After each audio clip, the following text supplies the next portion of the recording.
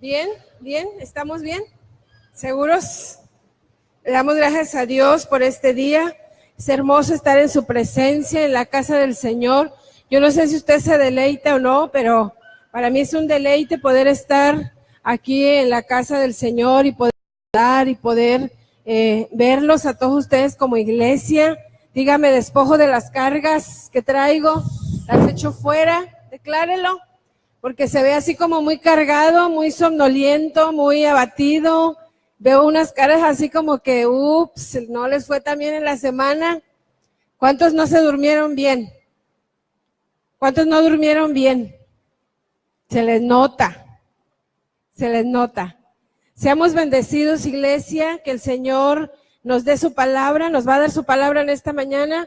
Y yo creo que esa palabra es para que la apliquemos cada uno de los que estamos aquí y la vivamos. Saludamos a los que están allá viéndonos a través de internet. También les bendecimos.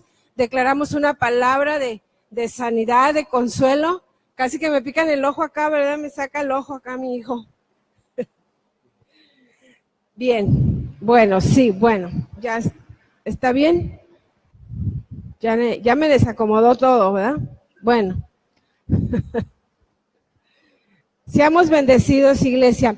En esta mañana vamos a ver una palabra que es importante. Yo le he llamado la Iglesia de Cristo, organismo vivo.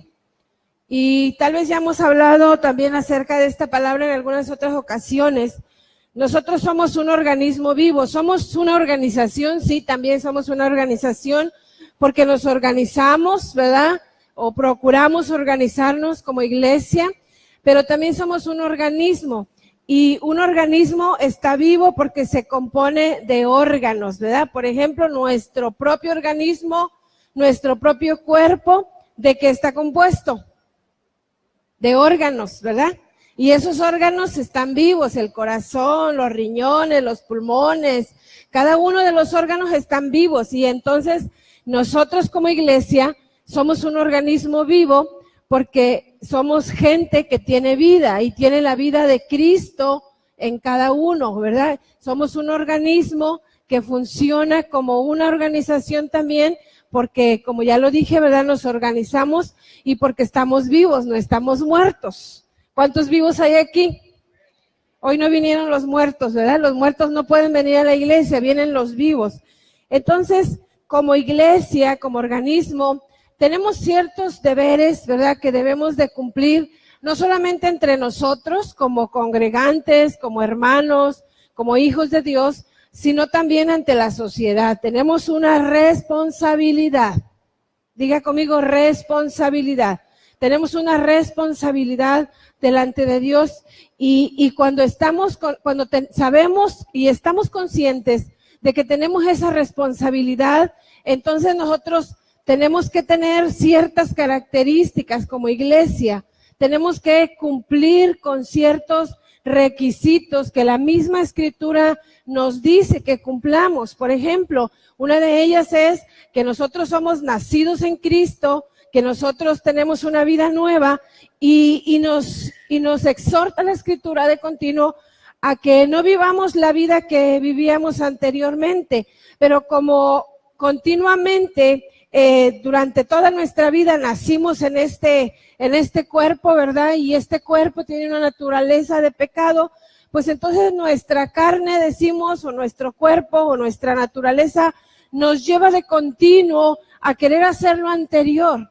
Y es ahí donde nosotros tenemos que estar trabajando como iglesia, no solamente en nuestra vida, sino, como les digo, también en nuestras responsabilidades hacia los demás, hacia nuestros prójimos o hacia nuestros hermanos o ante la sociedad, ¿verdad? Tenemos esa responsabilidad de trabajar en esos principios que Dios ha establecido en su palabra para que nosotros lo podamos vivir, porque somos la iglesia la que hacemos la diferencia. Dígale al que tiene al lado, dígale, tú haces la diferencia. Si tú robas, si tú mientes, si tú engañas, si tú vives como vivías antes, pues no estás haciendo ninguna diferencia. Dígale al que tiene al lado, tú haces la diferencia. Dígale otra vez, tú haces la diferencia. ¿Cuál diferencia? Pues que ahora tú vives una vida conforme a los principios que Dios está estableciendo en su palabra. Y fíjese que ahorita estaba recordando porque ayer subieron unas fotos ahí de, ahora que estamos trabajando en la Secretaría de Bienestar Social para el gobierno del estado, estamos llevando varios congregantes, un equipo de aquí de la iglesia, se nos comisionó a ir a dar esas pláticas, ¿verdad? La gente, y de pronto la gente está así como que con sueño, y está así como cabeceando, y otros están así como que recargados en otro, y así como que, a ver qué me va a decir esa persona, y están así con apatía, con frialdad, con muchas caras, ¿verdad? De diferentes situaciones que tal vez traen, ¿verdad?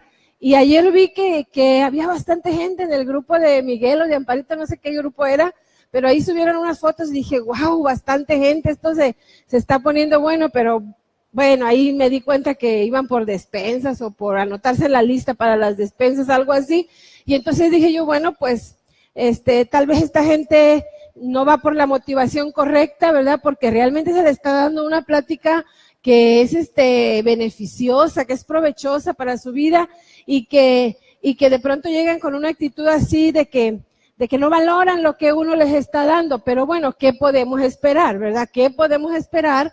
Porque pues ellos no se les ha compartido el plan de salvación, no son hijos de Dios, no, de alguna manera no están metidos en la escritura ni en los principios bíblicos. Apenas los estamos llevando, apenas el gobierno nos está permitiendo introducirnos para poder, pues, enseñarles algunos principios.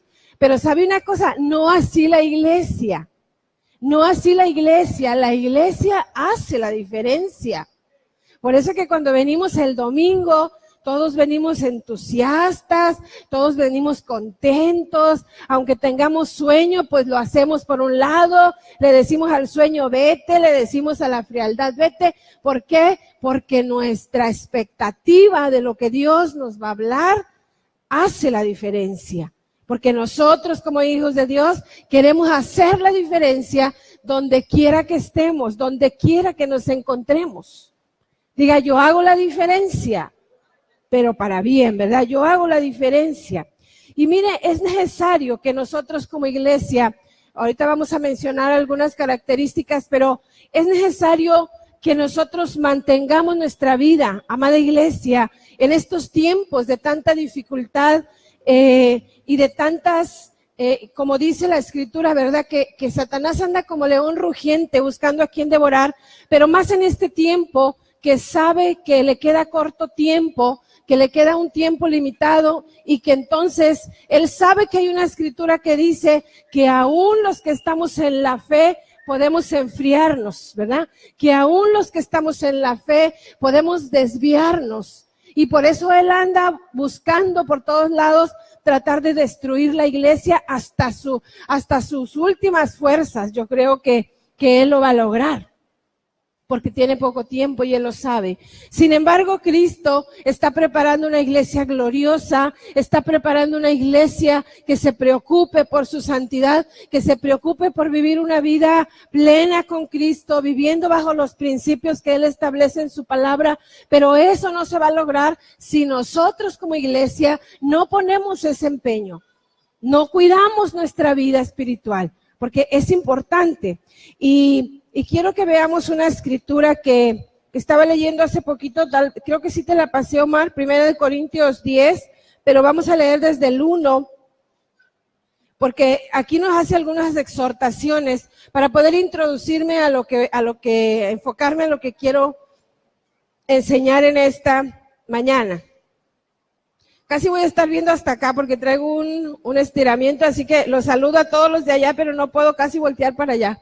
Me duele mucho, traigo mucho dolor. Ahí mientras usted está, ore por mí para que Dios me sane, para que Dios me quite ese dolor. Traigo mucho dolor, que hasta mover el brazo me duele. Pero es que tuve un estiramiento y no se me ha quitado. Ya hasta me inyecté, pero no se me ha quitado. Bien, dice, porque no quiero, hermanos, no quiero, hermanos, 1 Corintios 10, sí es, ¿verdad? Del 1 en adelante, dice, porque no quiero, hermanos, que ignoréis que nuestros padres todos estuvieron bajo la nube, y todos pasaron el mar, y todos en Moisés fueron bautizados en la nube y en el mar, y todos comieron el mismo alimento espiritual, y todos bebieron la misma bebida espiritual, porque bebían de la roca espiritual que los seguía, y la roca era Cristo. Pero de los más de ellos no se agradó Dios, o sea, de la mayoría de ellos Dios no se agradó, dice, por lo cual quedaron postrados en el desierto. Mas estas cosas sucedieron como ejemplos para nosotros. Diga conmigo, como ejemplos para nosotros. Yo siempre digo, si yo veo que mi hermano, como dice el dicho, ¿verdad? Mi esposo siempre anda diciendo dichos y yo nunca me los aprendo, pero como dice ese dicho que cuando veas a tu vecino que, ya estoy como el Chapulín Colorado, que echa sus barbas a remojar, ¿yo qué tengo que hacer?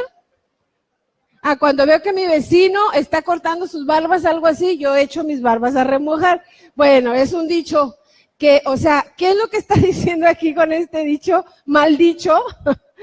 que cuando ves a tu vecino, a tu hermano que está viviendo una situación, tú ponte alerta, tú ponte cuidado, ¿verdad? Tú di que eso a mí no me pase, porque esta palabra lo que está diciendo es que todo lo que le sucedió a ellos es para que nosotros aprendamos.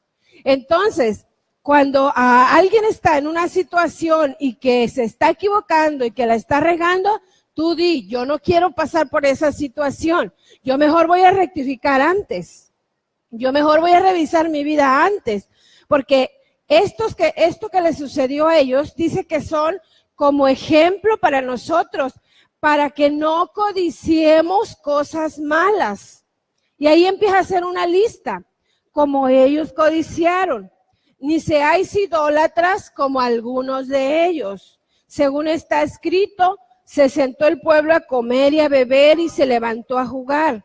Ni forniquemos como algunos de ellos fornicaron y cayeron en un día 23,000. Ni tentemos al Señor como también algunos de ellos lo tentaron y perecieron por las serpientes. Ni murmuréis como algunos de ellos murmuraron y perecieron por el destructor. Y estas cosas les aconteció como ejemplo. Otra vez dice, estas cosas les acontecieron como ejemplo y están escritas para amonestarnos a nosotros, a quienes han alcanzado los fines de los siglos. Nosotros estamos en esos tiempos, en el fin del siglo, en el fin del tiempo en que Jesús va a venir. Ya hablamos de eso. Así que, fíjese este pasaje lo que dice, el que piense estar firme, mire que no caiga. Hasta se lo puede aprender. El que piense estar firme, mire que no caiga. Usted dice, no, mi vida espiritual está bien, yo me estoy esforzando, yo estoy trabajando en mi vida espiritual, estoy aplicando la palabra, como dice, bueno, sígale así, porque de no ser así, si usted se vuelve atrás, su vida va a estar peor de lo que antes estuvo. Peor de lo que antes estuvo. Así lo dice la Escritura, ¿verdad? Entonces, tenemos que cuidar, iglesia, tenemos que cuidar nuestra vida. Ahí nos enlista algunas situaciones en las que ellos cayeron para que nosotros no caigamos en esas. Y yo quisiera que a lo largo de la enseñanza pudiéramos estar analizando nuestra vida para ver en qué estamos fallando nosotros de manera personal, no el que está al lado, no su vecino, no su esposo, no su esposa, no sus hijos, nosotros, cada uno. Y bueno, sabemos que Jesús determinó con mucha claridad, ¿verdad? Jesús determinó levantar una sociedad cuando él buscó a sus discípulos, él lo que buscaba es hacer una sociedad de gente que le siguiera para poder establecer el reino. Y sabe, eso somos nosotros. Somos esos seguidores esos conocedores de su palabra, que vamos a establecer el reino de los cielos. Tal vez de pronto en nuestro diario vivir, en este mundo, en las costumbres, en la cultura de este mundo, tal vez se nos hace muy fácil vivir de acuerdo a la cultura de este mundo. Pero no somos de aquí. Tenemos otra cultura y esa cultura la tenemos de manifestar. Por eso en esta mañana tenemos que definirnos, o somos hijos de Dios o somos hijos del diablo. Porque así dice la Escritura. ¿Usted de quién es hijo? ¿Hijo de Dios o hijo del diablo? Dice la Escritura que Él nos ha trasladado de un reino de tinieblas a un reino de luz. Es decir, no hay otra cosa. No hay un punto intermedio. O usted es hijo de Dios o usted es hijo del diablo, que le gusta venir a escuchar la Escritura, a escuchar la palabra. Diga, yo soy un hijo de Dios. Yo soy un hijo de Dios. Así que Jesús estableció a este grupo y a sus seguidores para dar a conocer, esa es una de las cosas que hace la iglesia, para dar a conocer el evangelio a la humanidad y así engrandecer su reino. A esta parte de la sociedad o de seguidores se le llama iglesia. Diga conmigo, iglesia. Iglesia viene de un término griego que es eclesia. Eclesia, ese término griego significa asamblea de llamados. Significa asamblea de llamados. Y nosotros somos esos llamados. ¿De quién? ¿Quién nos llamó? Nos llamó Jesucristo y por eso estamos aquí reunidos. Así que el término de iglesia se aplica a todo el cuerpo de Cristo, a todo el cuerpo de cristianos, por decir en una ciudad, se aplica a una congregación o se aplica a todo el cuerpo de creyentes en toda la tierra. Como lo dije al principio, la iglesia es un organismo vivo porque se desarrolla por la vida que tenemos en sí mismo. Diga, yo tengo vida, pero la vida de Cristo. La vida de Cristo está aquí, está en mí, porque esto que ven solamente, lo que ven físicamente es un estuche, ¿verdad? Es un estuche que un día se va a acabar, que un día no estará, un día nos quitaremos el estuche, nos quitaremos como esas princesas, ¿verdad? Como esas princesas que acostumbra Inglaterra, que traen hasta guantes y muy hermosas y bien guapas, ¿verdad? Y cuando llegan y que llegan ahí delante de una autoridad o algo, ante algún evento muy importante, se quitan el guante, saludan y todo eso, se quitan el estuche. Esto que tenemos nosotros es un estuche solamente. Realmente la iglesia de Cristo llevamos vida de Cristo adentro de nosotros. Un día estaremos delante de Jesucristo, un día compareceremos, dice la Escritura, ante el tribunal de Cristo y no estará este cuerpo, estará uno glorioso, uno lleno y eterno de la vida de Cristo. Por eso es que la iglesia es un organismo porque tiene la vida de Cristo. Tú reflejas lo que llevas adentro de ti. Por eso la Escritura dice, de la abundancia del corazón habla la boca, porque ¿qué hay adentro de ti? ¿Está la vida de Cristo? ¿Realmente le dedicas a estar un tiempo con Él, a que Él te llene, a que Él te sature, a que Él te dé su palabra? Porque si no, ¿qué tienes adentro de ti? ¿Tienes vida o tienes lo tuyo? ¿Tienes tu propia vanidad? Entonces, un día nosotros estaremos delante de Cristo y nos quitaremos el estuche. Y estaremos cara a cara con Él, cara a cara. Y veremos su gloria, ¿verdad? Y estaremos ahí delante de Él. Qué maravilloso es eso. Tal vez algunos dicen, no, yo no quiero estar ahí. Sí, pero qué maravilloso va a ser ese día. Tal vez si tú no lo anhelas en tu corazón estar frente a Jesús, frente a Dios, tal vez todavía amas un poquito el mundo, ¿verdad? Pero si tú estás anhelando como iglesia que Jesús venga, que se acaben las aflicciones, que Jesús nos haga justicia, que la vida de Cristo esté en ti, es que realmente tú estás conectado con Él. Tú estás conectado. Iglesia, debemos de estar conectados con Dios. Dice entonces la iglesia es un organismo vivo. ¿Por qué? Porque tenemos vida. Jesús instituyó la iglesia como un organismo, ¿verdad? Y como una organización también, porque nos organizó, ¿verdad? Dice que Él instituyó a unos profetas, a otros maestros, a otros apóstoles, a otros evangelistas. ¿Para qué? Para perfeccionar a los santos. Entonces nos organizamos, pero también tenemos la vida de Él. O debemos de tener la vida de Él. O debemos de manifestar la vida de Él. Pregúntale al que tiene a al lado y dile, ¿tú qué manifiestas? ¿Manifiestas la vida de Cristo o manifiestas tu carnalidad, tus propios deseos, tu propio egoísmo, tus propios pensamientos? ¿Qué manifestamos? Así que, iglesia, una de las obras, vamos a ver varios puntos que nos dicen cuáles son las obras que la iglesia tiene que hacer. Número 1, una de las obras que la iglesia tiene que hacer es esa a la que Jesucristo nos llamó. Mateo 28, 19. ¿Qué dice?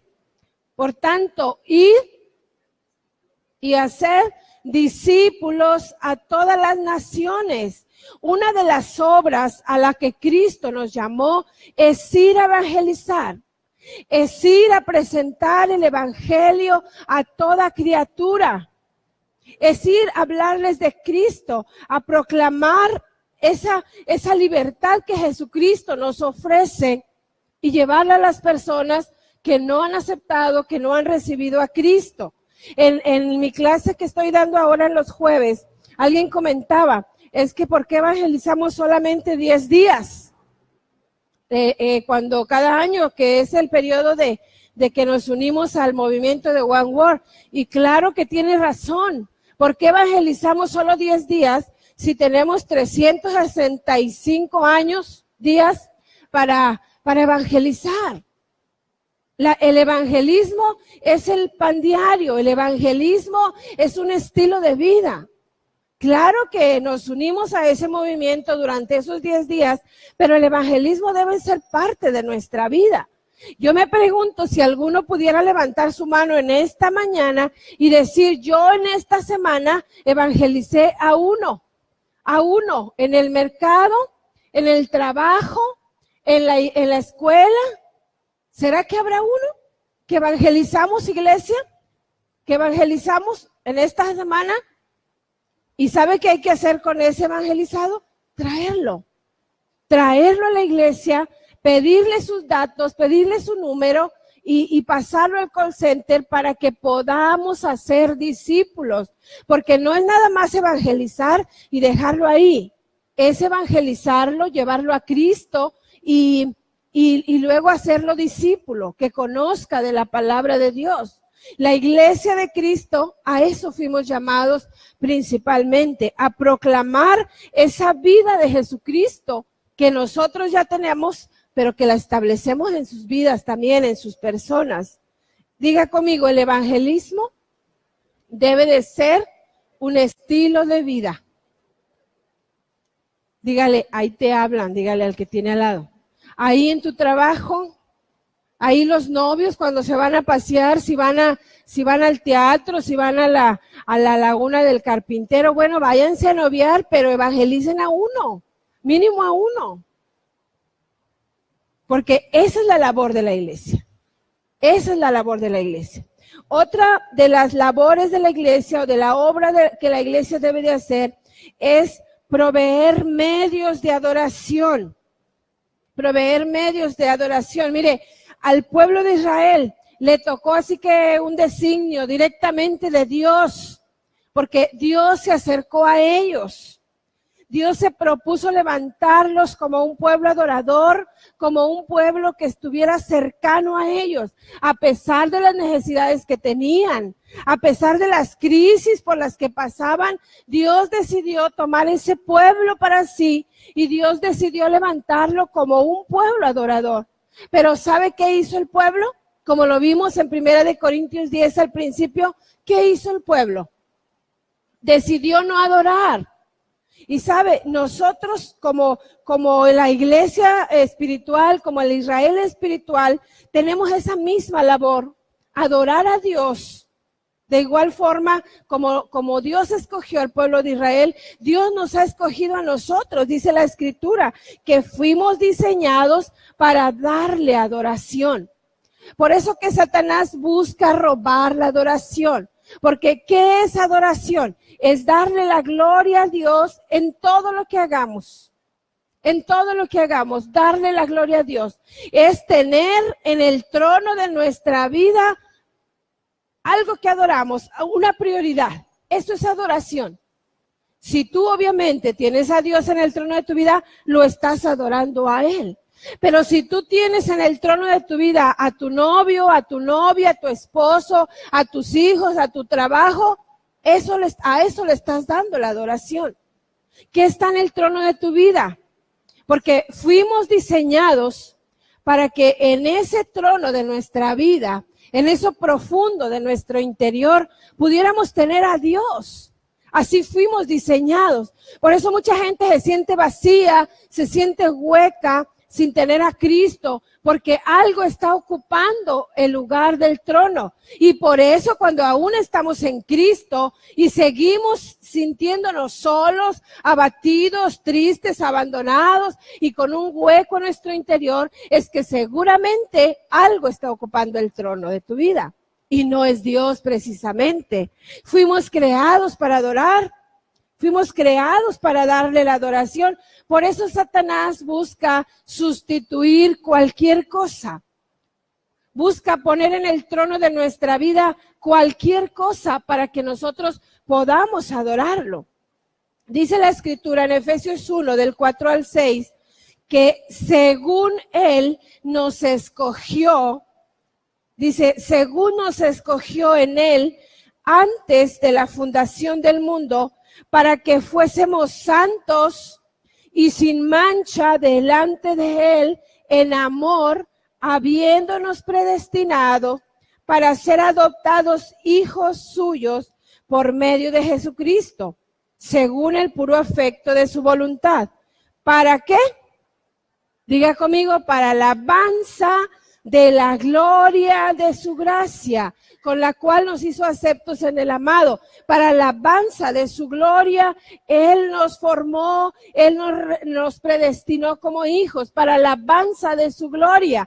Pero cuando nosotros dejamos de verlo a Él, adoramos cualquier otra cosa. Y ese principio y esa tarea la cumple muy bien Satanás, porque Satanás desde un principio quiso la adoración. Satanás se desenfocó de Dios. Iglesia, caemos en eso también nosotros. Cuando nos desenfocamos de Dios, nos trastornamos, volteamos a ver otras cosas que no son Dios, y eso mismo le pasó a Satanás.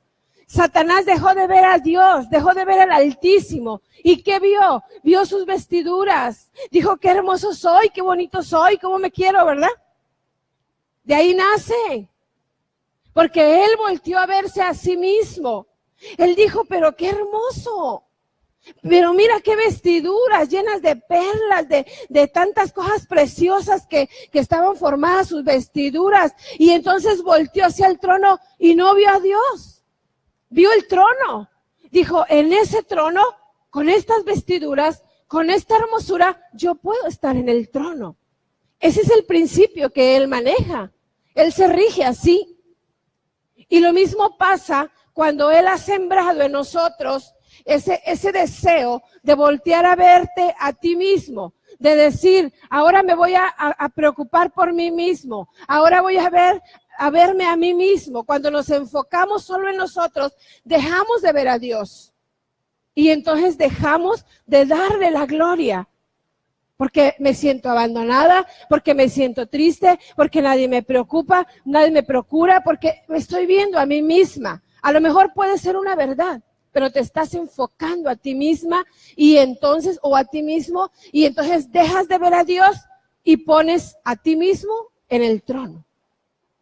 La iglesia debe ser una iglesia tal que provea medios de adoración. que provea, que busque adorar a Dios, que busque adorar a aquel que lo llamó. Aquí por causa del local, ¿verdad? Que no tenemos una instalación, pero ya pronto vamos adecuada, digo, porque sale mucho el ruido y quisiéramos hacer noches de avivamiento, ¿verdad? Donde estemos en un tiempo de alabanza, de adoración. Y desde que nos cambiamos tenemos esa idea porque el lugar se presta para eso, pero no hemos podido hacerlo por causa de que si lo hacemos en la tarde noche hacemos mucho escándalo. Somos una iglesia muy escandalosa, pero ya estoy por ahí programando una antes de que en el mes de noviembre vamos a convocar a las mujeres a ver cuántas se anotan.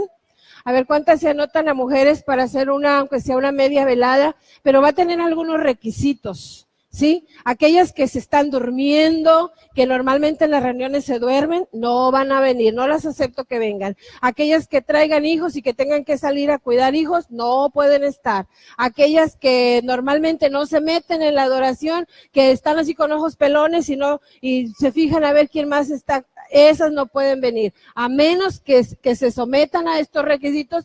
Digo, porque va a ser una noche intensa, nos va a hablar el Señor, de una vez la promuevo, nos va a hablar el Señor, vamos a pasar unos momentos de intimidad con Él, y si venimos con sueños, si venimos distraídas, si venimos desenfocadas, mejor no vengamos.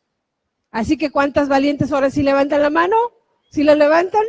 O dice, no, ya la pastora me desechó porque yo siempre me estoy durmiendo. No, yo no la estoy desechando. Si usted es de las que siempre están durmiendo, pero dice, yo quiero estar en esa velada y prometo no dormirme, voy a estar.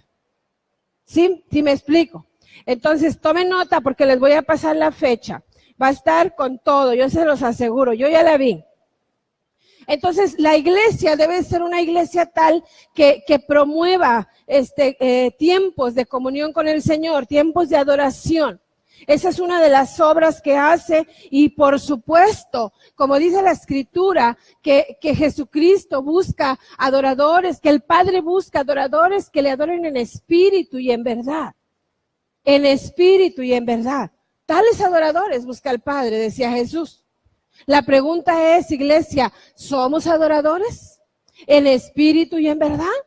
¿O estamos viendo cómo adora el que está al lado? Estamos viendo si aquel adora, estamos viendo que ese está adorando y es un vil hipócrita. Mira cómo trata a los demás, mira cómo trata a sus hijos.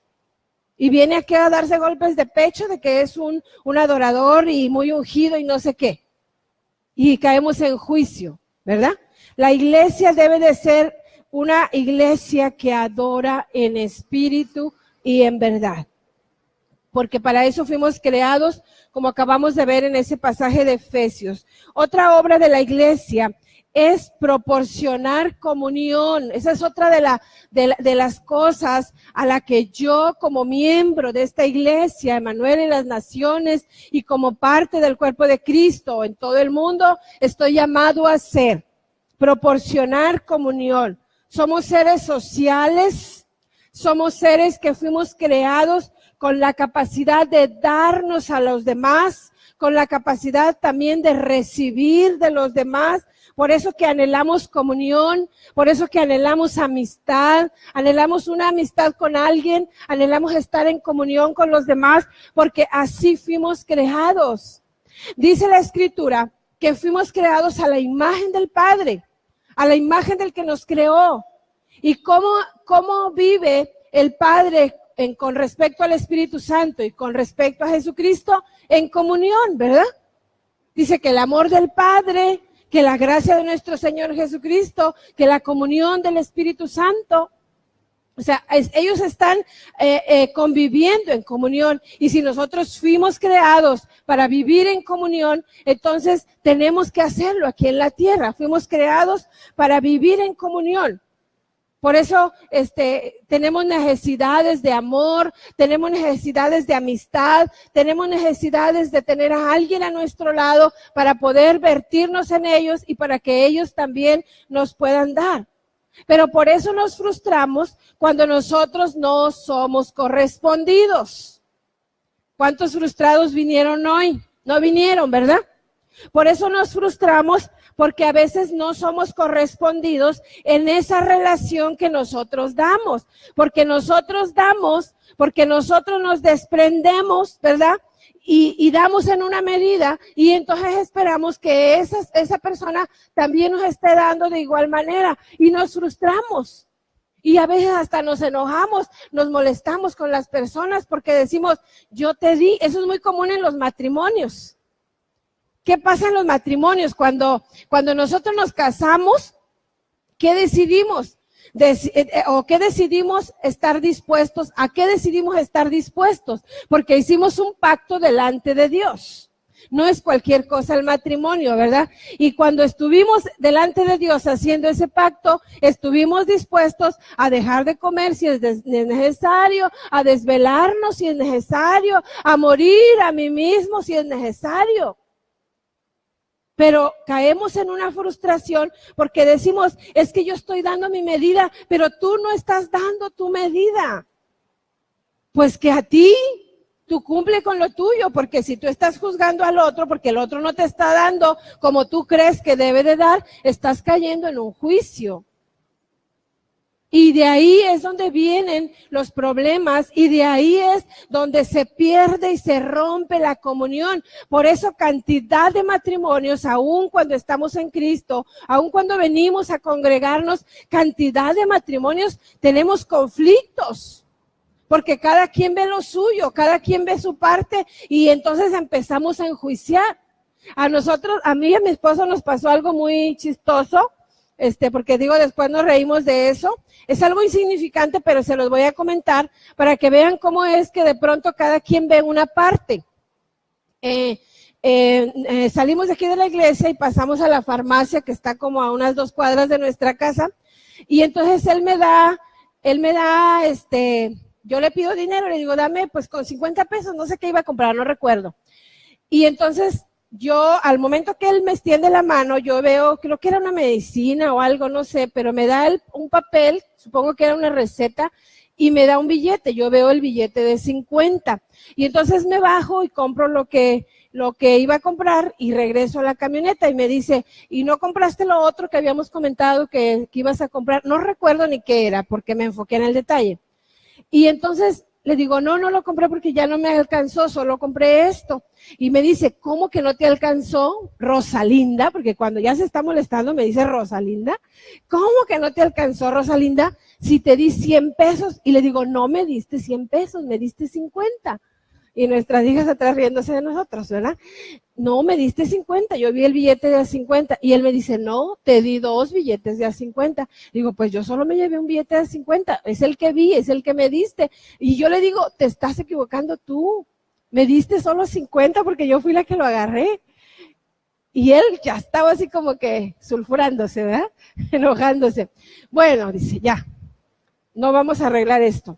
Llegamos a la casa. Cuando llegamos y abrimos la puerta para bajarnos, se encienden las luces de la camioneta y el billete estaba ahí, el otro billete estaba ahí en medio de los 2 asientos. Había un billete de 50 tirado ahí.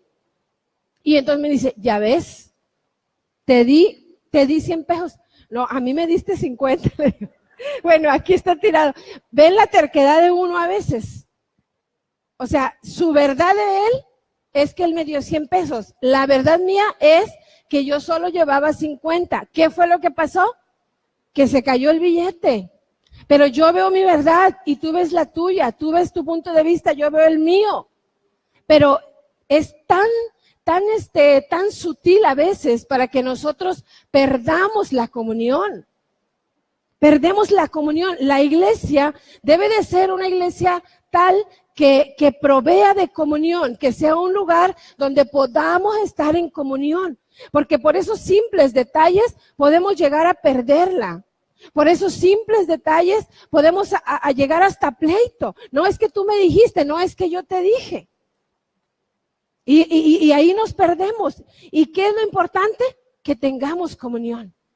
Porque cuando la comunión fluye en una congregación, en una iglesia, en un matrimonio, entre hermanos, cuando la comunión fluye, dice que ahí fluye el Espíritu de Dios, ahí fluye la presencia de Dios. Si tú estás perdiendo la comunión en tu casa, con tus hijos, con tu cónyuge, aquí dentro de la iglesia, la unción te está faltando. La unción te está faltando. Porque la unción fluye desde arriba, la unción va cayendo. Y yo te digo, hermano, hermana, lleva la unción a tu casa. Necesitas la unción en tu casa. Establece un lugar en tu casa y di, Señor, que no falte tu unción. Pero trabaja en la comunión. Trabaja en la comunión. Así que una de las obras de la iglesia, aparte de predicar el evangelio, de proveer medios de adoración, es proveer la comunión, proporcionar comunión. No estamos solos, un mundo nos vigila, no estamos solos, amados, no estamos solos, no somos llaneros solitarios, fuimos creados para vivir en comunión, para trabajar en equipo. Yo sé que a veces nos sale nuestro temperamento, ¿verdad? Y de pronto seleccionamos. No, yo voy a trabajar con Rosalinda, con Dulce, con Lucy y con Karen, porque ellas son mis amigas. Ellas son así como que de mi club, de plano que ellas piensan como yo. Y seleccionamos. No, fuimos creados para trabajar en comunión, para trabajar en equipo, con las habilidades de todo. El maestro de maestros trabajó con las habilidades de todos. Imagínense si él hubiera escogido la perfección, pues no la encuentra, porque para eso los escogió, para perfeccionarlos. Los llamó para trabajar con ellos, pero sin embargo trabajó con sus cualidades. Yo puedo estar trabajando con alguien que de plano no me cae tan bien, que de plano lo quiero multiplicar y se lo quiero mandar al Señor, pero esa persona tiene habilidades y voy a trabajar con sus habilidades. Y eso la iglesia tiene que aprenderlo, porque de otra manera se pierde la comunión. Se pierde la comunión. ¿Sabe? La comunión está basada en la paternidad del Padre. La comunión está basada en la paternidad de Dios y en el señorío de Cristo. En eso está basada la comunión de la iglesia.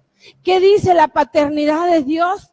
Que de tal manera te amó Dios que dio a su Hijo unigénito para que todo aquel que en él cree no se pierda, mas tenga vida eterna. Es decir, el Padre nos amó de forma incondicional. Por eso que la comunión entre los cristianos, entre el pueblo de Dios, debe de ser conforme a la paternidad de Cristo, conforme al amor, a la paternidad del Padre y conforme al amor de Cristo.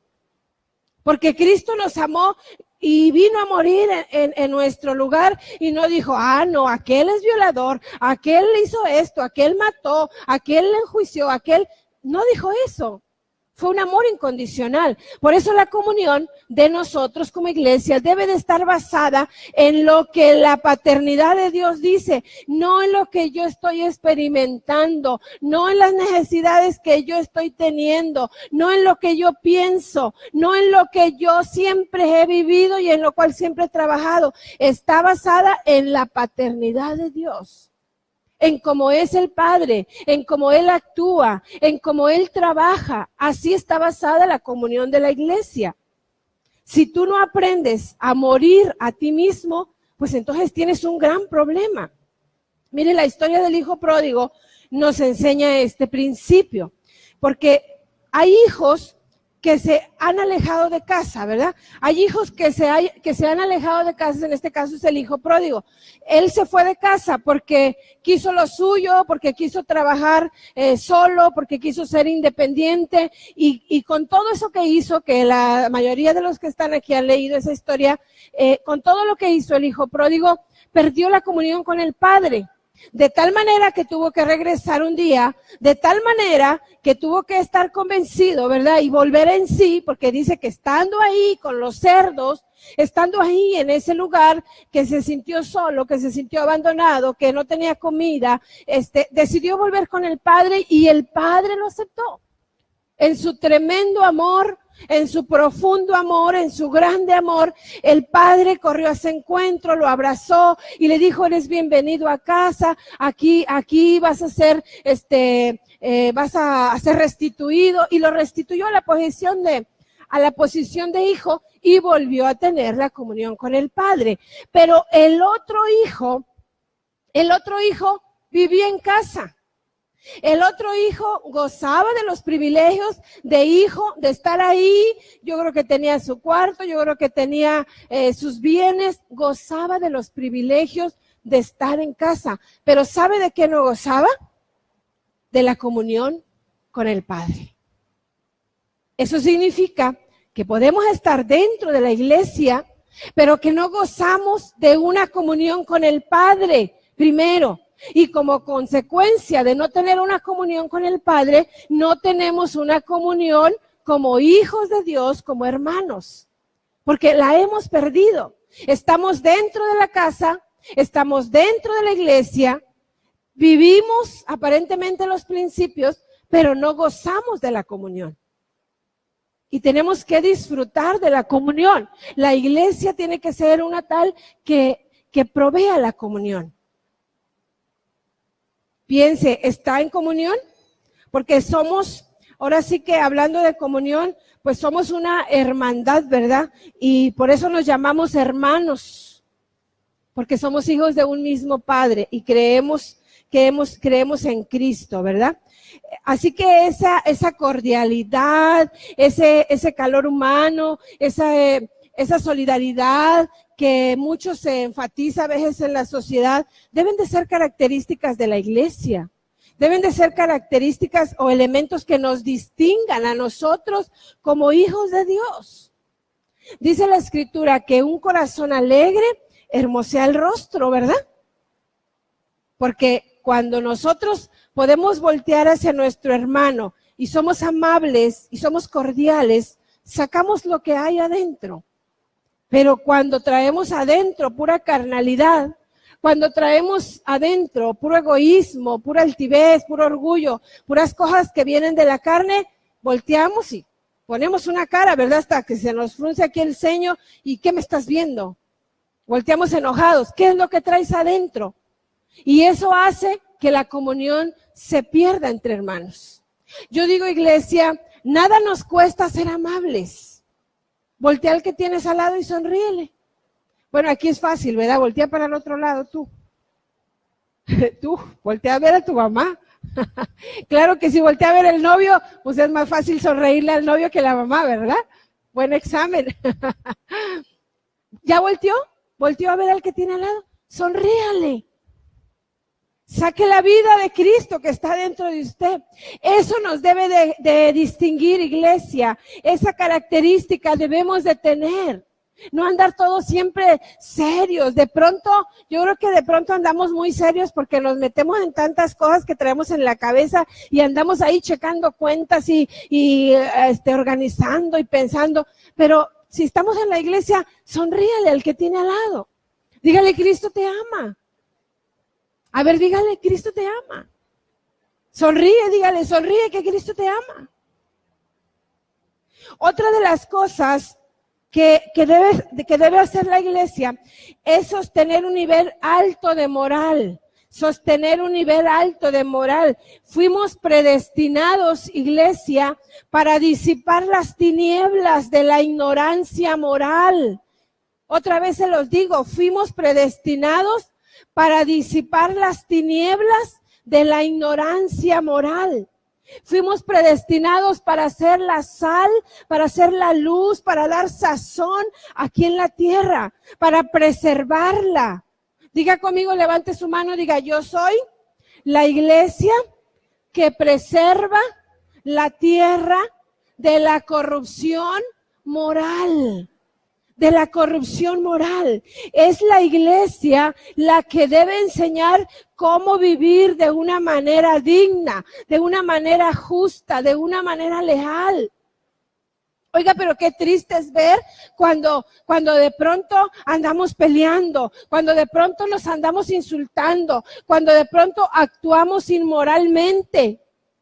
Cuando decimos, yo puedo tener los novios que tenga y puedo tener relaciones sexuales con él o con ella, cuantas veces yo quiera. Cuando tenemos todavía ese pensamiento de adulterio en nuestra cabeza.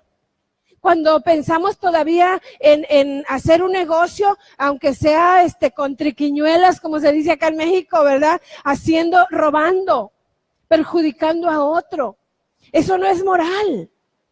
La iglesia tiene que ser una iglesia que aporte, que sostenga un nivel alto de moral. Un nivel alto. Ante todas las áreas, ¿verdad? Ante todas las áreas de peligro de una sociedad, es la iglesia la que debe de levantar la voz para estar en desacuerdo con la corrupción moral. Y hablábamos la vez pasada, ¿verdad? Hablábamos y comentábamos que si ahora, con eso de las, ¿cómo se llaman? De que los hombres quieren ser mujeres y las mujeres quieren ser hombres y todo ese tipo de preferencias sexuales, ¿verdad? Bueno, cada quien es libre, pero nosotros los cristianos tenemos establecidos principios morales altos, principios que nos llevan a hacer la diferencia, y aunque otros puedan creer eso y nosotros podamos respetarlos y amarlos así como son, pero no por eso vamos a perder nuestros principios, ni a dejar de establecerlos, ni a dejarlos claros con respecto a la gente con quien convivimos. Tenemos que mantener nuestra moral, porque nuestra moral está basada en principios bíblicos. ¿Sí queda claro? Entonces, así debe de ser la iglesia. Otra de las cosas que tiene que hacer la iglesia es trabajar con madurez. Trabajar con madurez. Vamos a ver Gálatas 4, del 1 en adelante. Gálatas 4, del 1 en adelante, porque la iglesia tiene que llegar a una plenitud de madurez. Mire, yo sé que en la iglesia, alguien decía también, ¿por qué no hacemos un solo día de discipulado y discipulado para todos? Por decir, nos vemos aquí el jueves, toda la iglesia, y todos van a entrar al discipulado, y nosotros los pastores los vamos a discipular a toda la iglesia. Y bueno, aunque es buena idea y algunas iglesias así trabajan, nosotros no trabajamos así. ¿Por qué? Porque todos vamos a un nivel diferente de espiritualidad. Sí hay niveles, iglesia. Sí hay niveles. Los que van llegando por primera vez y se van incorporando, hay muchas cosas que habla la Escritura que ellos tal vez no disciernen todavía, no entienden todavía, porque no han leído la Escritura ni siquiera una vez en su vida. Y entonces vamos de niveles en niveles, y algunos vamos alcanzando un nivel de madurez, mientras otros van en otro nivel de madurez. Por eso que hemos establecido un método donde todos vayamos a nuestro nivel, pero vayamos alcanzando la madurez en Cristo. Y que Cristo se vaya formando en nuestra vida, en nuestro carácter. ¿Sí? Entonces, por eso es que promovemos, vengan a 12 pasos, porque tal vez haya quien todavía necesite liberación, y aunque ya tiene mucho tiempo en la iglesia, pero no ha tomado 12 pasos, tal vez necesita estar en ese nivel. Necesita liberación, o tal vez necesita avanzar un poco más, al primero, al segundo, al tercero, no sé, al nivel que sea. Pero promovemos eso, porque la iglesia debe de ser una comunidad tal donde provea madurez, donde haya madurez, donde, como dice Pablo, a las mujeres ancianas, ¿verdad? Dice que las mujeres ancianas enseñan a las más jóvenes. ¿Qué significa eso? No necesariamente ancianas así ya que con bordón y de tiempo, ¿verdad? De edad física. No se refiere tan solo a eso, sino se refiere a gente que ha madurado, a gente que ha tenido un recorrido en el Señor y que es maduro espiritualmente, que sabe resolver conflictos y que dice, esos enseñan a los otros, a los que son menos maduros. Entonces la iglesia tiene que ser madura, tiene que ir creciendo. Y aquí nos menciona, vamos a leerlo, porque el que es inmaduro, fíjese lo que le voy a decir, el que es inmaduro todavía es esclavo. El que no ha alcanzado la madurez, todavía es esclavo. Esclavo del pecado o esclavo del enemigo. Diga, yo quiero ser maduro. Levante su mano derecha y diga, yo quiero ser maduro. Gálatas 4, del 1 al 7 dice, pero también digo, entre tanto que el heredero es niño, en nada difiere del esclavo, aunque es señor de todo, sino que está bajo tutores y curadores hasta el tiempo señalado por el Padre. Así también dice nosotros, cuando éramos niños, estábamos en esclavitud bajo los rudimentos del mundo. O sea, cuando éramos niños espirituales, estamos hablando en el área espiritual. Cuando éramos niños espirituales, nosotros estábamos en esclavitud, viviendo bajo un pensamiento del mundo, bajo una forma de pensar que el mundo da, porque éramos niños espirituales. Y dice al principio, dice, si el heredero es niño, de nada difiere con el esclavo. Como este niño que está aquí, ¿cómo te llamas? ¿Ven? Él es un heredero, ven. Él es un niño, él es un pequeño, él es un heredero de una herencia multimillonaria, vamos a suponer. Pero entonces este niño, como es pequeño, dice, está bajo cuidados de cuidadores o de médicos o de gente que lo cuida. Y en nada se diferencia, porque el que lo cuida le puede estar robando su herencia. Porque el que lo cuida lo puede estar sometiendo a cosas de su propia voluntad del que lo cuida. Y entonces en nada difiere con un esclavo. Él aunque es multimillonario, no lo sabe, porque es pequeño. Tú eres multimillonario, ¿verdad? Dice. Pero no lo sabe porque es pequeño. Así es en nuestra vida espiritual. En nada difiere del esclavo, aunque es señor de todo, sino que está bajo tutores, curadores, hasta que el tiempo señalado por el Padre. Así también nosotros, cuando éramos niños, estábamos en esclavitud bajo los rudimentos del mundo. Pero, cuando vino el cumplimiento del tiempo, Dios envió a su Hijo, nacido de mujer y nacido bajo la ley, para que redimiese a los que estaban bajo la ley, a fin de que recibiéramos la adopción de ser hijos. Y por cuanto sois hijos, Dios envió a vuestros corazones el espíritu de su Hijo, el cual clama, Abba, Padre. Así que, diga conmigo, ya no somos esclavos, sino que somos hijos. Aun cuando seamos pequeños, pero si somos en Cristo, si estamos en Cristo, ya no somos esclavos. Podemos tener un nivel bajo de espiritualidad, pero ya tenemos a Cristo, ya somos hijos. Y si somos hijos, somos herederos de Dios por medio de Cristo. Somos herederos, tenemos toda la herencia que Jesucristo tiene. Toda la herencia que a Él se le dio, yo la recibo porque soy hijo, porque soy hija. Así que la madurez espiritual no necesariamente tiene que ver con la edad. La madurez espiritual, tú puedes ser una jovencita, un jovencito que tiene 18 años, que tiene 20 años. ¿Cuántos años tienes? No sé cuántos años tenga cada quien. O tú puedes ser una mujer de 40 y tantos, de 50 y tantos, y sigues siendo un inmaduro espiritual. Porque la madurez espiritual no tiene que ver tanto con la edad. Claro que la edad nos va enseñando que hay que ser más maduros, que los de 40 no nos podemos comportar como los jóvenes adolescentes. Yo he visto unos señores en unas motos, de esos que en motos negras y van con sus pantalones rotos de mezclilla y sus chalecos y con esas cosas aquí en las manos y anillos y collares y un chongo aquí de pelo, el pelo largo, canoso, pero ha sido una persona inmadura, ¿verdad? Ya tienen 50 y tantos años y es una persona inmadura. La madurez espiritual no tiene tanto que ver con la madurez física.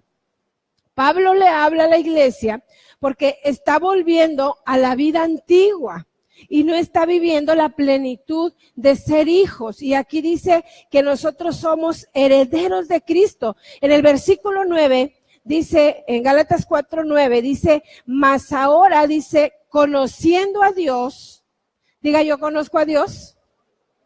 ¿Sí lo conozco? Porque Pablo está apelando a que ellos vuelvan a vivir la vida en Cristo y que no vuelvan a su vida antigua. Y les dice, mas ahora, conociendo a Dios, o más bien, siendo conocidos por Dios, ¿cómo es que volvéis de nuevo a los débiles y pobres rudimentos, a los cuales os queréis volver a esclavizar? O sea, en otras palabras, lo que Pablo les está diciendo, ¿cómo ahora que es una vida hecha con Cristo, que has vivido años de conocer a Dios, o que Dios se acercó a ti, que Dios te conoció, y ahora vas a andar peleando con tu cónyuge, ahora vas a pensar en el divorcio, ahora vas a pensar en que definitivamente voy a odiar a tal persona porque ya me cayó bien mal? Después de haber conocido el principio bíblico, tú vas a regresar. Y la Escritura habla muy duramente al respecto, ¿verdad? Dice que nosotros, cuando ya conocemos la vida de Cristo y que volvemos atrás, dice, somos como el perro, ¿verdad? Que vuelve a su vómito. Alguien que se vomite y se quiere volver se le antoja comerse el vómito que vomitó. Diga, qué asco, ¿verdad? Qué asco. Nadie que vomita, si vomita ahí las enchiladas, la cecina que se comió, imagínese, qué cosa tan asquerosa. Y luego que después diga, vea el vómito y diga, oh, wow, me lo voy a comer. Qué sucio, ¿verdad? Qué asqueroso, nadie piensa hacer eso. Pero la Escritura dice que el que vuelve a hacer las cosas que antes hacía, que el que vuelve a practicar tales cosas, es como ese perro que se vuelve a comer su propio vómito. Yo digo, ¡ay, qué terrible!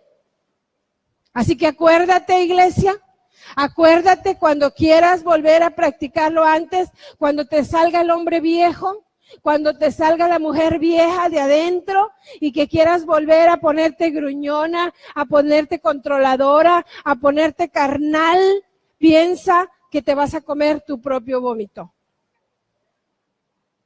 Y así lo ve Dios. Así el Señor está viéndote y dice, qué asqueroso. No tú, el acto que estás haciendo. Porque Dios nos ama, ¿verdad? Dios nos ama con nuestras debilidades, con nuestras flaquezas, pero sin embargo nuestras acciones, lo que dice esta Escritura, a veces le provocan, yo creo que un poco de asco, ¿verdad? Son nuestras acciones. Así que, iglesia, no podemos volver a los viejos rudimentos. Tenemos que tener madurez. Decía Pablo en el versículo 19, en el 4:19, decía, vuelvo a tener dolores de parto. Vuelvo a tener dolores de parto, me duele la iglesia, decía Pablo, me duele que habiendo conocido, que habiendo ido a servido al encuentro, que ahora tú quieras regresar, que habiendo predicado de Cristo, ahora tú quieras regresar. Me duele tu vida, decía Pablo. Vuelvo a tener dolores de parto hasta que Cristo sea formado en ustedes, hasta que Cristo sea formado, porque habían vuelto a una vida anterior de costumbres, de hábitos. Antes murmuraban y ahora estaban volviendo a murmurar. Por ejemplo, la murmuración. ¿Qué es la murmuración? Es quejarnos de situaciones, es quejarnos de personas, es hablar de las personas. En la iglesia no debe de haber eso. Por eso dice, ni murmuréis, como ya lo leímos en 1 Corintios 10:10, dice, ni murmuréis como algunos de ellos murmuraron y perecieron por el destructor. ¿Se acuerdan lo primero que leímos? Porque dice, eso lo dejó escrito para que sean ejemplo para nosotros. Pero si dentro de la iglesia aún estamos murmurando, es que somos una iglesia inmadura. Y los que participan de tal murmuración son personas inmaduras. No han alcanzado un nivel alto de madurez. Y usted dirá, es que yo no murmuro. No, pero cuando intervienes en las conversaciones, cuando le dices, ¿y qué te dijo? ¿Y qué hiciste? Y luego, y platícame. Y así poco a poco empieza la murmuración. Ay, te dijo eso, pues yo le hubiera roto la cara, yo le hubiera hecho eso, yo le hubiera hecho lo otro. Y tú ya te estás quedando con esa idea que te están pasando y entonces murmuras también y te estás quedando solo con una versión. Y para que nosotros lleguemos a una plenitud de Cristo, para que nosotros lleguemos a una madurez en Cristo, tenemos que aprender a ser buenos consejeros, a ser imparciales. Imparciales es que no te inclinas ni a uno ni a otro, sino que te enfocas a ver la situación y dices, no, pues tú tienes tu versión, tú tienes la tuya, pero vamos a poner una solución. Porque el que nos quiere destruir se llama diablo y Satanás. Y dice, algunos murmuraron y perecieron por el destructor. Y cuando estas cosas ocurren dentro de la iglesia, entonces nosotros somos inmaduros. Otra de las cosas que hace la iglesia es chismear, ¿verdad? O que no debemos hacer, o que debemos de considerar para alcanzar la madurez, es el andar chismeando. Dice Proverbios 16:28. Dice, el perverso provoca contiendas. El perverso provoca contiendas. Y el chismoso divide a los buenos amigos. ¿Qué dijimos? Que nosotros fuimos creados para dar, para recibir, para poder estar en comunión con los demás, para poder estar en amistad con los demás. Pero la persona chismosa divide a los amigos.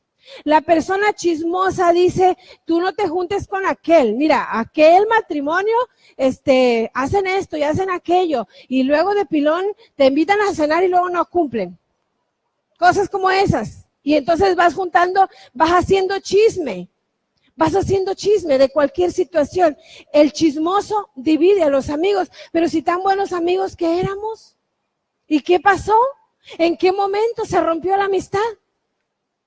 Tal vez hubo la intención de un mal amigo, de una persona que, como dice aquí, perversa, que provocó contiendas y que fue chismoso y dividió a los amigos.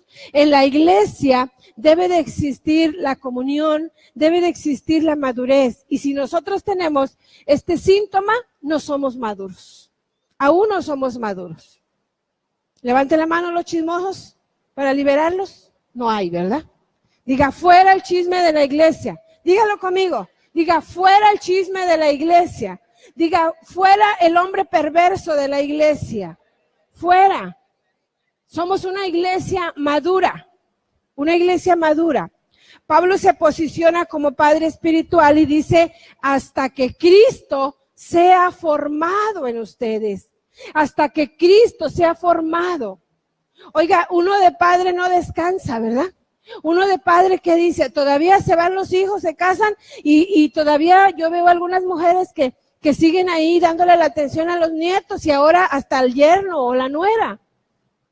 ¿Por qué? Porque dice, hasta que mi hijo crezca, hasta que mi hijo alcance la madurez. Y bueno, el hijote ya hasta se casó y tiene hijos, pero uno sigue siendo padre. Y así Pablo se posiciona en esa posición, ¿verdad? Que dice, hasta que Cristo, se posiciona como padre espiritual y dice, hasta que Cristo sea formado en ustedes. O sea, no descansaré hasta que seas madura. No descansaré hasta que crezcas, hasta que seas formada, hasta que tú seas capaz de formar a 10 más que sean adoradores como tú y mejor que tú. ¿Sí o no? Entonces estaría hablando que el carácter de Cristo se formó en ti, porque estás formando a otros, porque eres una iglesia formadora de discípulos. ¿Sabe? El Padre nos adoptó, dice la escritura que estamos leyendo y las anteriores. Dice, el Padre nos adoptó, pero nos adoptó no porque Él tuviera necesidad de tener hijos. No porque Él diga, ay, estoy solo, ¿verdad? Pobre de mí. No, Él no tiene las necesidades que nosotros tenemos de suplir una necesidad propia.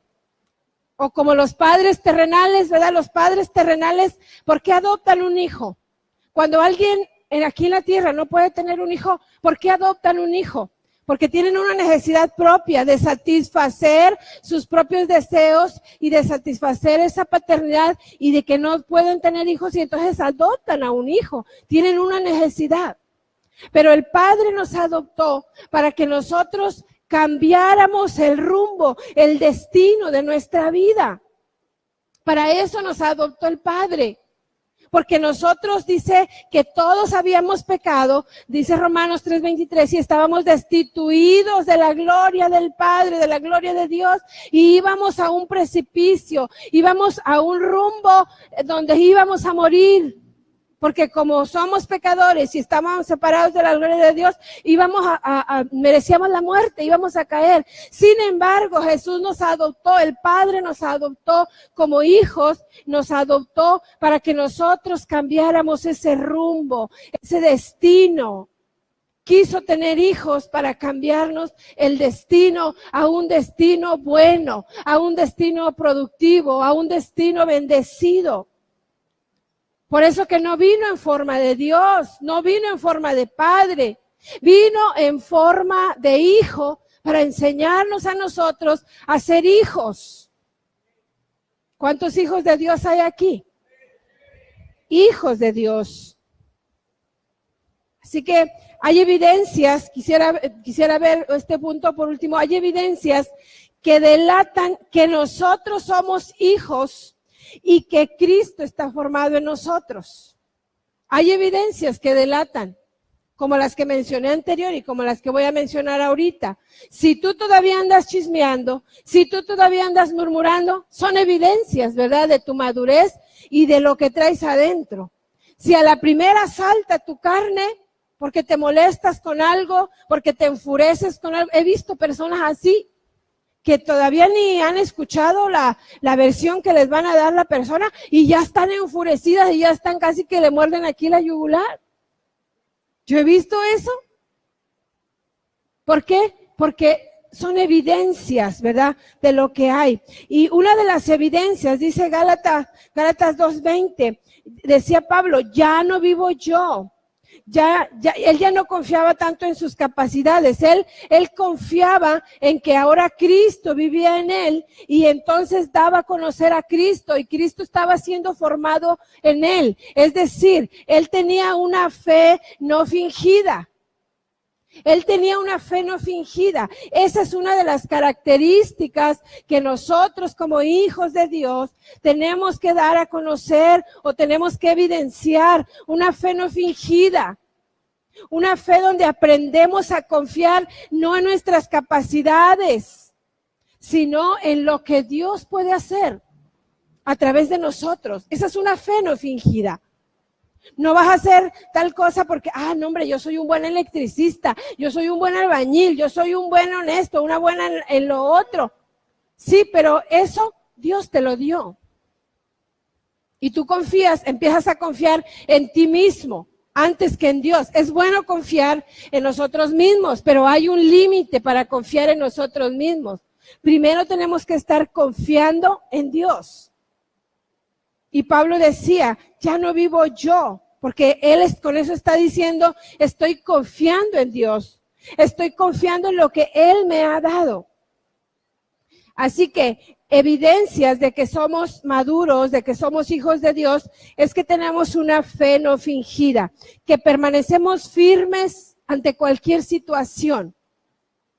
Porque cuando vienen las situaciones de dificultad y estamos congregados aquí, lo primero que decimos, ya no voy a la iglesia, ya no pude ir a la iglesia por esto, por aquello, y te faltan dedos para ya no venir a la iglesia, porque estás en crisis, porque estás en situaciones de dificultad, o cuando alguien te hizo una tormenta ahí en la iglesia y habló de ti y te hizo mala cara y tú dices, esos son una bola de hipócritas, yo ya no voy a la iglesia. Cantidad de gente conozco que deja de ir a la iglesia porque dice la iglesia es una bola de hipócritas.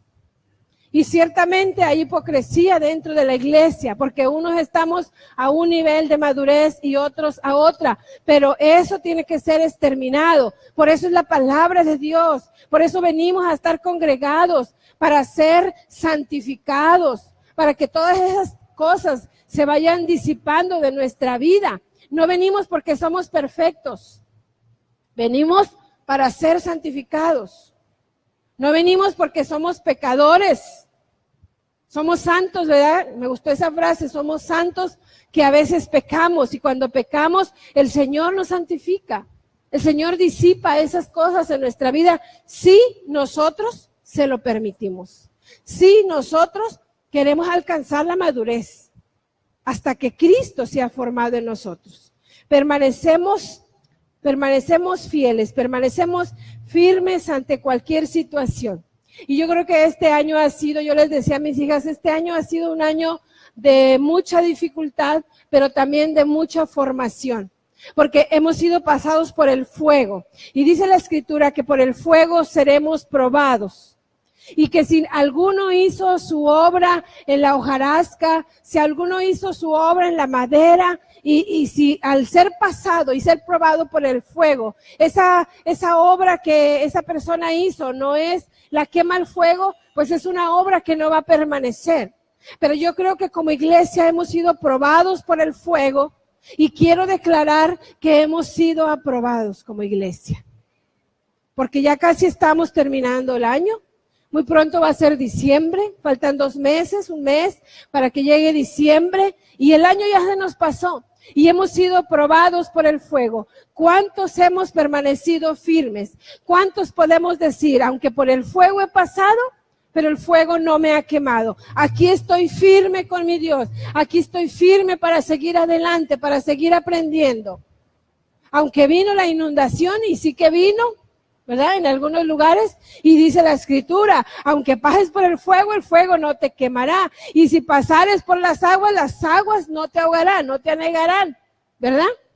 Porque ciertamente hemos pasado por aguas turbulentas, pero las aguas nos han ahogado, nos hemos quedado ahí, o estamos de pie, estamos firmes para seguir adelante. Sí, las situaciones están difíciles. Sí, es difícil enfrentar la vida, tenemos retos, tenemos grandes cosas por hacer todavía, pero el Señor ha estado con nosotros. Él no nos ha abandonado, su nombre está involucrado, su nombre está comprometido con la iglesia. Por eso dice, ¿cómo le adoras tú? ¿Como Jehová Jireh? ¿Como Jehová tu proveedor? ¿Jehová es tu bandera, Jehová Nisi?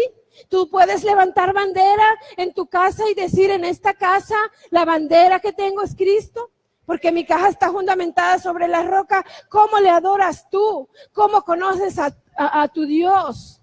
¿Por qué nombre le conoces? Porque has aprendido a estar en las diferentes situaciones y has aprendido que es mejor estar con Él que estar sin Él. Porque si vuelves a lo anterior, tu condición será peor. Tu condición será peor. Por eso es mejor avanzar en la vida espiritual, no estancarse. Tú a veces te estancas y dices, no, yo mejor aquí me quedo. Y ni para atrás ni para adelante, ni entras ni dejas entrar. Avanza. Deja que el Señor te ayude, pero avanza. Avanza. Dice un ejemplo, ¿verdad? Que yo anoté aquí, cuando Pedro había echado sus redes, ¿verdad? Y dice que andaban, no sé con qué discípulo era, pero andaban pescando y dice que toda la noche no habían pescado nada. Y entonces Jesús le habla, ¿verdad? Jesús se aparece y le dice, Pedro, boga mar adentro, métete más adentro. Que eso es bogar más adentro. ¿Por qué? Porque posiblemente Pedro estaba acostumbrado a pescar, era un pescador con experiencia, pero él solamente andaba ahí por las orillas buscando algunos cuantos pececillos. Pero llega el maestro, el que le ha instruido durante tanto tiempo, el que le había enseñado, el que lo había adiestrado, con él había pasado mucho tiempo, con él había convivido, con él había comido, y tal vez Pedro estaba en una condición así como de tristeza, como de que mi amigo se fue, mi amigo me dejó, ¿dónde está mi amigo? Y cuando llega Jesús y se aparece, le dice, Pedro, ¿en quién creíste? En otras palabras, ¿verdad? ¿En quién creíste? Métete mar adentro, no tengas miedo, boga mar adentro, métete, créele. Eso es lo que nos dice el Señor. Creámosle a Él, no nos estanquemos en nuestra vida espiritual, creamos por las cosas que aún van a venir, creamos por nuestra vida espiritual que aún va a crecer, creamos. Dile al que tienes al lado, dile, no te duermas, boga mar adentro, muévelo así, muévelo, dile, no te duermas, boga mar adentro. Boga mar adentro. El maestro te está diciendo, boga mar adentro. Yo soy el que te levanté, yo soy el que te he adiestrado, yo soy el que te voy a sacar de esa situación en la que te encuentras. Otra de las cosas que tenemos que entender como iglesia es que tenemos que tener mayor entendimiento de la gracia que nos da Jesús, de la gracia que nos da Jesús. Pablo ahí en el libro de Gálatas decía, yo por la gracia de Dios soy lo que soy, porque él era un súper apóstol, pero él decía, yo soy lo que soy por la gracia de Dios, y todo lo que hago es por la gracia que Dios hace, que Dios actúa a través de mí. Y dice Gálatas 1:15, dice, pero cuando agradó a Dios, que me apartó desde el vientre de mi madre y me llamó por su gracia. ¿Sabes por qué tú estás hoy aquí sentado? ¿Sabes por qué tú estás aquí congregado regularmente? Por la gracia, por el favor de Dios. Y decía, pero por la gracia de Dios soy lo que soy, y su gracia no ha sido en vano para conmigo. Antes he trabajado más que todos ellos, pero no yo, sino la gracia. ¿Sabe por qué el cuerpo de Cristo, la iglesia de Cristo, a veces estamos fracturados? ¿Sabe por qué a veces el cuerpo de Cristo tiene ruptura? ¿Por qué estamos rotos? ¿Por qué estamos así como que en pedazos? ¿Sabe por qué? Porque no hemos entendido la gracia. La gracia es el favor que Dios tiene no solo sobre mí, sino sobre mi hermano. Entender la gracia es señal de madurez. Entender la gracia sobre mi hermano es señal de madurez. Que cuando mi hermano me está corrigiendo o me está exhortando, yo entiendo que él tiene una gracia delante de Dios para que me pueda estar diciendo eso. Y no para yo venir a agredirlo, para yo venir a insultarlo, para yo venir a decirle. Es que estoy entendiendo la gracia. Entender la gracia es aceptar a mi prójimo, es aceptar a mi hermano así como él está, así como él es. Y por eso perdemos la comunión.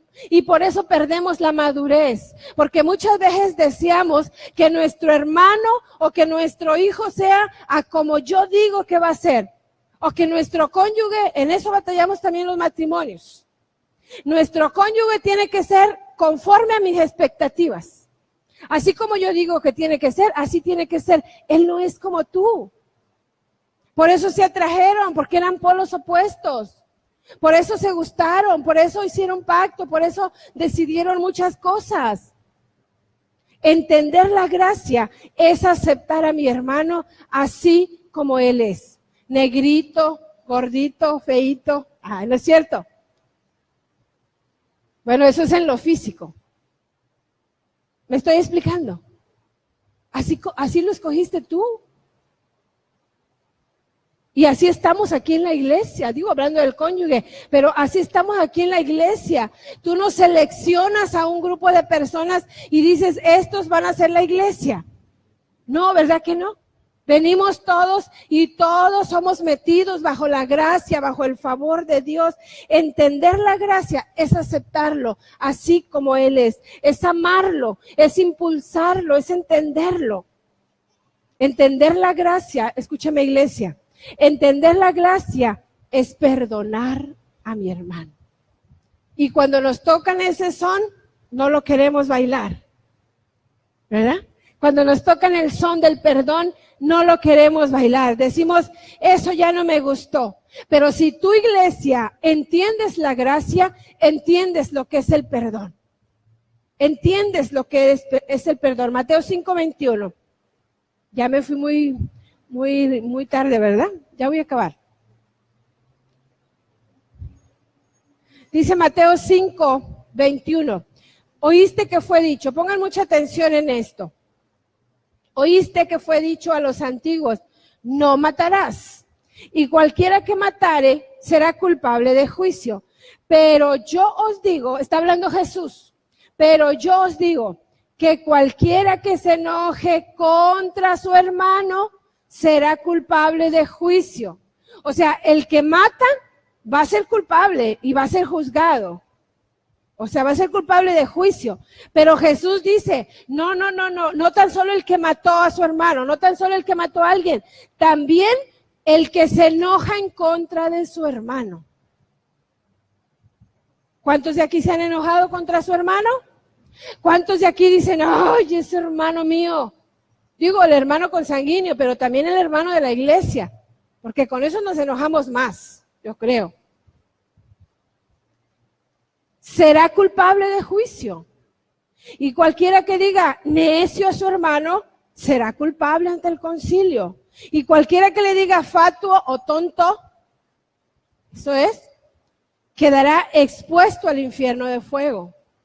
Por tanto, si traes tu ofrenda al altar y tú dices, ¡oh, aleluya! Llegó el domingo, me voy a poner mis vestiduras para venir a adorar. Esas que adoran aquí, las de pandero, ¿verdad? Que se ponen sus vestuarios tan bonitos.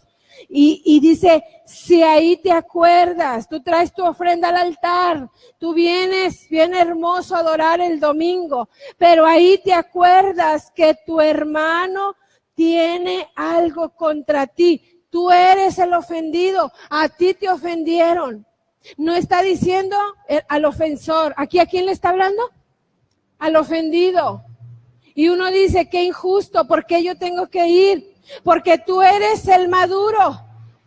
Porque tú eres el que ha traído la ofrenda al altar y tú eres el que quieres adorar a Dios. El que ofendió ni siquiera ha de querer adorar a Dios. O ha de creer en su propia sabiduría que él está adorando a su Dios. Pero aquí le está hablando al que ofendieron. Dice, por tanto, si traes tu ofrenda al altar y ahí te acuerdas que tu hermano tiene algo contra ti, o sea, tú no lo ofendiste, tú eres el ofendido, el que está hablando aquí. Deja ahí tu ofrenda delante del altar y anda. Reconcíliate primero con tu hermano y entonces ven y presenta tu ofrenda. Por supuesto que si ofendimos, porque no vaya a ser una excusa y diga, bueno, yo ofendí, yo no pido perdón. No, señores y señoras. Por supuesto que si ofendimos a alguien, tenemos que ir a pedirle perdón. Está claro, tenemos que ir a pedirle perdón.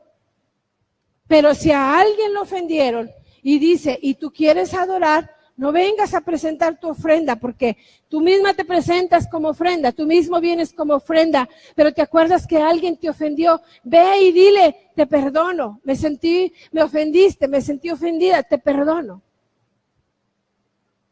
La madurez dentro de la iglesia tiene que ver con entender la gracia, y entender la gracia de Dios en nuestra vida tiene que ver con perdonar a nuestro hermano. Si me sacó la lengua, perdónalo porque te sacó la lengua. A ver, dile al que tienes al lado, dile, perdóname. Ahora dile, te perdono. ¿Será que es fácil? No es fácil, pero si tú lo declaras, no con el perdón tuyo. Mira, iglesia, tenemos un problema como iglesia. Queremos perdonar con nuestro propio concepto de perdón. Yo te perdono, Alejandro, pero si tú haces esto y esto y esto y esto, esta serie de lista. Es un perdón condicionado. No perdonas de esa manera. No perdonas en tu propio concepto. Perdonas conforme a la paternidad del Padre. Perdonas por lo que el Padre ha depositado en ti. Perdonas con el perdón que Cristo te dio. Porque si no, no somos capaces de perdonar. Porque si no, ahorita yo le perdono, pero al rato le vuelvo a leer la cartilla. Yo te perdono, pero al rato vuelves a ser el mismo pecador para mí. Al rato vuelves a ser la misma persona. No perdonemos así. Por eso dice una fe no fingida. Perdonar con el perdón de Cristo. Levante su mano y diga, Cristo, enséñame a perdonar. Como tú perdonas. O sea, borrón y cuenta nueva. No es borrón y te leo toda la lista que tengo atrás de ti. Es borrón y cuenta nueva. Quien entiende la gracia es alguien que sabe perdonar. Quien entiende la gracia es alguien que sabe administrar. Di conmigo, quien entiende la gracia es alguien que sabe administrar lo que ha recibido de Cristo. Y dice 1 de Pedro 4:10, cada uno según el don que ha recibido. Si tú entiendes la gracia, amada iglesia, si tú entiendes la gracia conforme esta palabra dice, cada uno según el don que ha recibido, entonces tú vas a poder estar en comunión con tu hermano. Y entonces tú vas a tener madurez en tu vida espiritual. Porque si yo entiendo que mi hermana Mase sabe hacer cosas que yo no sé hacer, yo estoy entendiendo la gracia y estoy viendo que ella sabe hacer cosas que yo no sé, pero es porque la gracia de Dios está en ella. No significa que no esté en mí, significa que yo he recibido otro don. Imagínense que yo ahorita agarro el micrófono, a ver, Abby, préstame el micrófono, voy a cantarles una canción. No, señores, yo no canto. Canto allá en la casa, gracias. Yo predico. Su don es cantar. Mi don es enseñar. A mí me apasiona enseñar. Me apasiona enseñar y yo estoy, ayer estaba leyendo un libro de teología y alguien dice, un libro de teología, jamás leería un libro de teología, es aburridísimo. Y me empecé a leer el libro y, este tema y el otro tema, y empecé a recordar algunos temas y me llevé bastante tiempo. Cuando acordé yo no había preparado nada de la prédica porque estaba leyendo otras cosas. Y entonces, a mí me ha dado ese don, pero si yo entiendo el don que le ha dado a mi hermana, entonces podré tener comunión con ella. Eso es entender la gracia. Yo no voy a ser como mi hermana, yo soy yo misma, con los dones que Dios me ha dado. Usted es usted mismo con los dones que usted le ha dado. Por eso viene el chisme, por eso viene la murmuración, por eso viene la envidia, porque yo quiero lo que aquella tiene, yo quiero lo que aquel le has dado. No, tú tienes lo que Dios te ha dado a ti. Eso es la gracia. Eso es la gracia. Dice 1 de Pedro 4:10 que hay una multiforme. Vamos a leerlo desde el 1, desde el 1.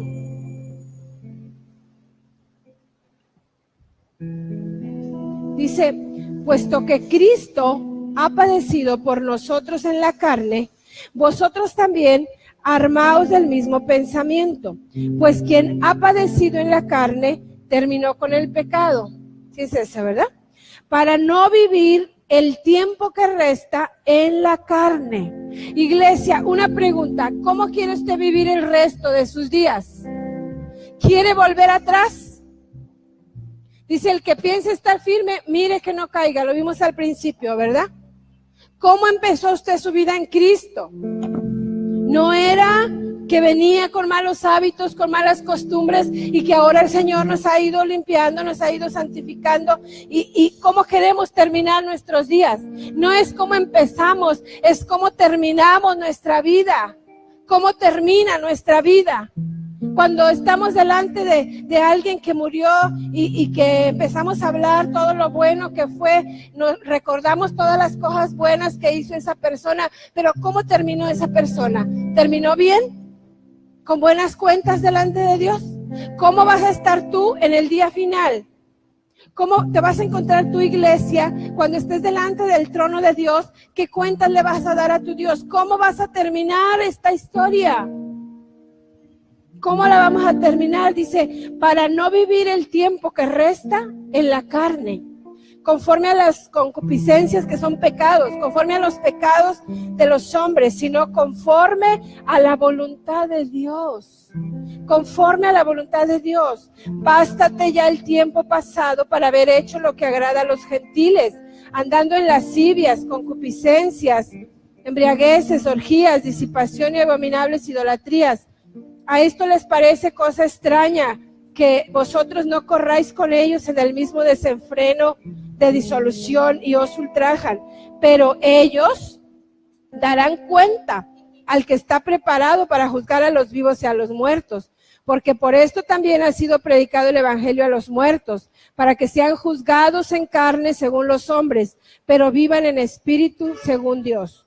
Solo Jesús le ha ido a predicar a los muertos, por si a alguien le salta la duda. Jesús fue y predicó a los muertos, no nosotros, por eso nosotros tampoco nos bautizamos por los muertos.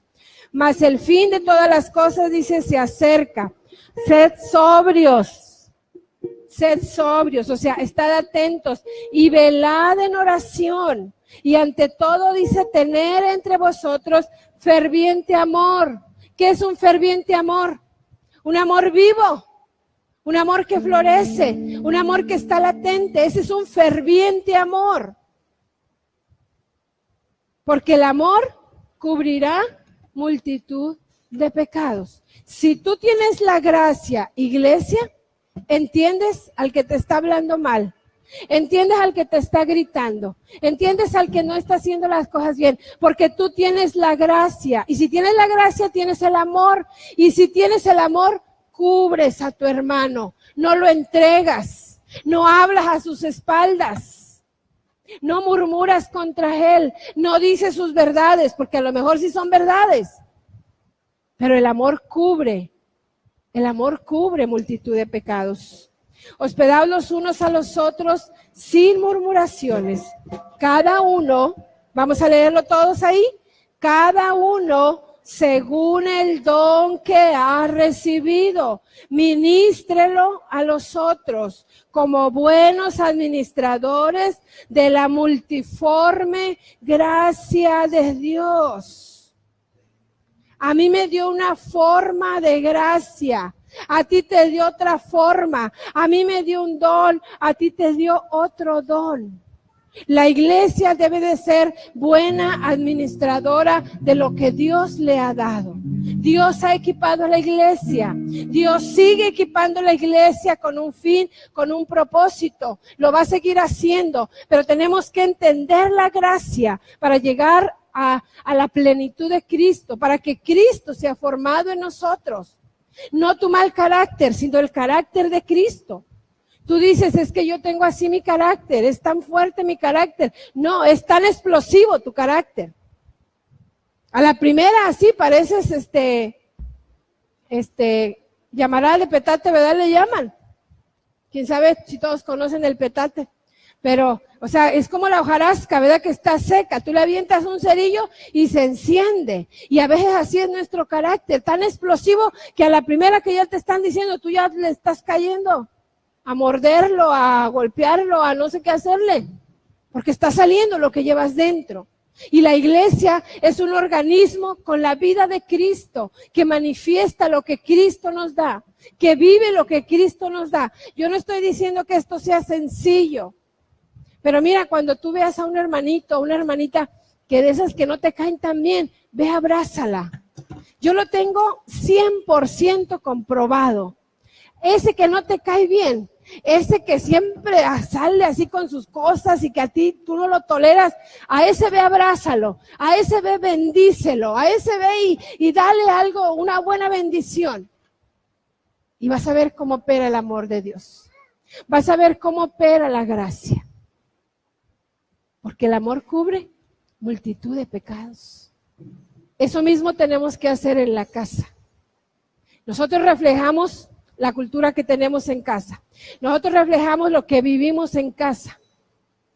Llevemos a Cristo a casa. Llevemos la unción a casa. Llevemos la cultura del reino a casa. Si no estamos recibiendo del que nosotros esperamos recibir, no te importe, tú haz tu parte. Tú haz tu parte, tú síguela haciendo porque esa es tu labor. Por eso nadie te va a juzgar. Te va a juzgar el Señor por lo que tú dejas de hacer. Por lo que Él ya te dijo que hicieras y tú has dejado de hacer. Porque cuando la gracia no está, amados, empezamos a juzgar a los demás. Cuando la gracia la hemos puesto de lado, comenzamos a juzgar a los demás. Vamos a ponernos de pie. Vamos a darle gracias a Dios. Yo no sé si hay alguno que tenga que pedir perdón, si hay alguno que tenga que hablar con su hermano, pero si vamos a levantar un altar a nuestro Dios en esta mañana, tenemos que ser capaces de saber perdonar, de saber estar en comunión. Dile ahí al que tienes al lado, ¿estamos en comunión? Madre, hija, novios, madres, hijos y demás familiares, ¿estamos en comunión? ¿Estás en comunión ahí donde estás? El perdón, el amor, la gracia, la salvación, que son elementos que la iglesia debe de practicar, deben estar en nuestra vida. Mira, cuando Pablo se cayó del caballo, Pablo iba en camino a Damasco, ¿recuerdan esa historia? Pablo iba en camino a Damasco porque él tenía un ferviente amor por su Cristo, por su Dios. Pero Dios le estaba llamando, ya le estaba llamando.